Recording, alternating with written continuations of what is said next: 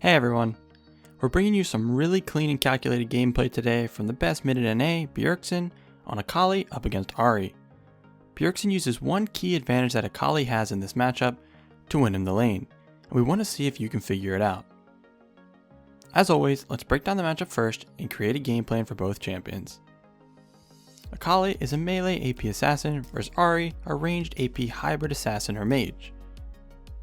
Ahri has more wave clear and wins trades through poke or landing her charm, while Akali wins burst trades if she can dodge Ahri's abilities with her shroud.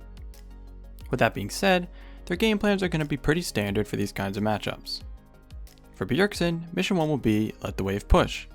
Since Ahri has more wave clear than Bjergsen, if he tries to push, she can easily freeze the wave and be safe from any kinds of trades, just like how Dopa did in the last week's video. Then mission 2, stay healthy. While the wave is pushing, he needs to choose CS wisely and stay healthy as Ahri is going to be looking for poke. If he gets too low, he would have to take a bad recall.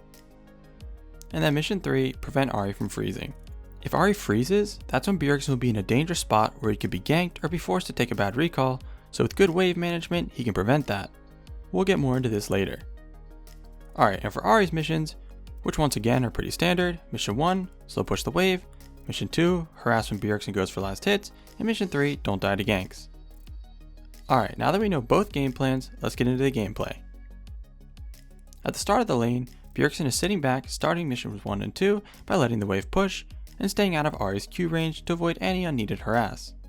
Remember, Akali doesn't have a heal on her Q anymore, so her sustain in lane is substantially lower.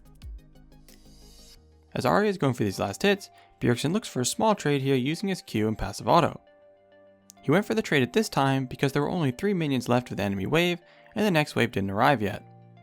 So if you're wondering why he hasn't gone for a trade like this from the start, there you go. Akali needs to use her passive auto to trade, which draws minion aggro. Now it's back to missions 1 and 2, farming safely while the wave pushes. Every time Ahri uses Q, Bjerg takes that window of time where her Q is on cooldown to grab as much CS as possible. Now that Bjerg's wave is gone, he completely retreats back to his tower as he doesn't want to take any unneeded damage from the minions.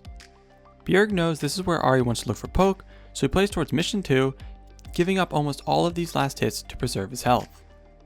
Alright, now both waves are even again, and this is where wave management knowledge is crucial. If both of them don't touch the wave, it will slow push towards Ahri because of the even minion rule. The even minion rule just means if the waves are even, whichever side of the lane the wave is on, it will push the other way. But Ahri can easily thin this wave as it pushes and freeze since she has more wave clear.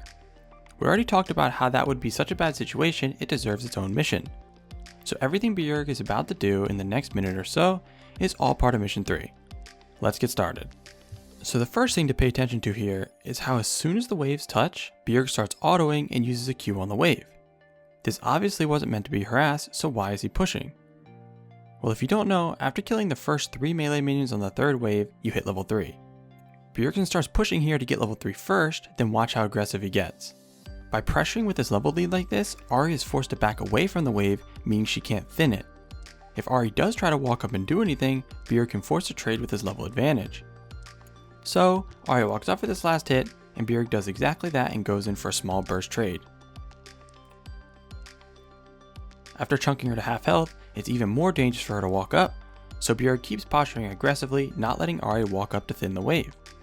Now, the last thing he needs to do is crash this wave on the tower, so he focuses on clearing these last few minions with his Q. Alright, so that was all part of mission 3, and his very advanced wave management. If he didn't play so aggressive, Ahri could have easily set that wave up to freeze, and then it would be almost impossible to break. So right here is a perfect time for Bjerg to recall, but he doesn't. This ties directly into the main thing Akali has that Ahri doesn't, which Bjergsen uses to win the lane, so remember to keep thinking about that. Anyways, since he's staying in lane, he goes and drops a ward in top pixel brush. As he gets back, let's look at the wave again. It's set up just like it was before, but on the opposite side. With the even minion rule, it will slow push the other way towards Bjergsen. And since Ahri is out of potions, she wants to slow push this wave and crash it to get a nice recall.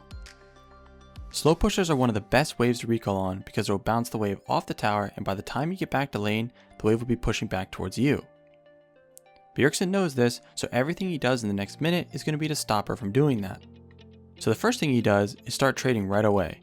hitting the minions plus Ahri with his Q multiple times before backing away after his wave is cleared. This forces Ahri to use her last potion, and since Bjerg has been playing around mission 2 perfectly, he still has his one potion as well and pops that. As his next wave arrives, count the minions. Bjerg has 6 and Ahri has 7. This is far from a slow push that Ahri wants with only a 1 minion lead, which is perfect for Bjerg as that's what he's preventing. Ahri is still looking for a good time to recall, so she's trying to push the wave and harass Bjerg at the same time. But Bjergsen is making sure to use his Q on the minions as well to thin it out. Alright, this is where things get tense for both players. Ahri wants to cleanly crash this wave and Bjerg wants to stop her, so let's see what happens. Ahri plays cautious, slowly trying to push the wave, while Bjerg continues to thin as much as he can.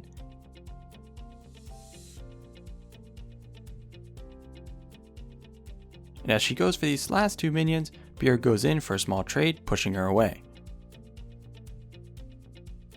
After that, Ahri recalls, and since Bjerg thinned the wave to make it reset, he can quickly shove in this next wave to deny it from Ahri before recalling himself.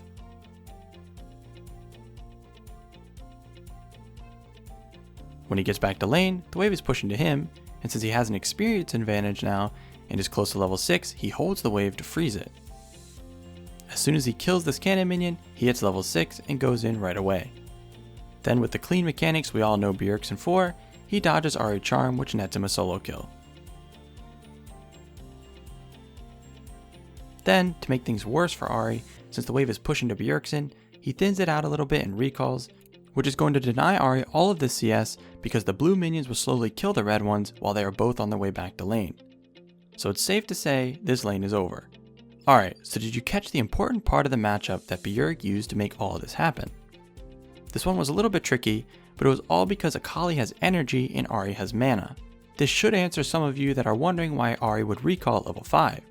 She was running out of mana and knew if she tried to stay in lane any longer with no potions, she would be forced to eventually take a bad recall or would get dove, and would have no mid priority until she finally does fit in a recall. So if we start from the beginning, Bjerg let the wave push in, bounced it off the tower, then quickly killed a few minions to get level 3 first. Then he used his level 3 advantage to push Ahri off the wave to prevent her from thinning his slow push and freezing. Once Bjerg crashed the slow push on the tower, he didn't recall because he knew he had the mana sustain advantage and warded up his top side instead. He came back to lane and traded with Ahri to burn her last corrupting potion while thinning the wave as it pushed in to prevent Ahri from getting a clean recall. Ahri was running out of mana, so she recalled, which let Bjergsen deny her a wave. When Bjerg got back to lane, he used his experience advantage to surprise Ahri with a level 6 all-in, resulting in a really clean solo kill. Alright, that's going to be it for this one. Let us know if you figured out the key to the matchup before we told you, and as always, thanks for watching.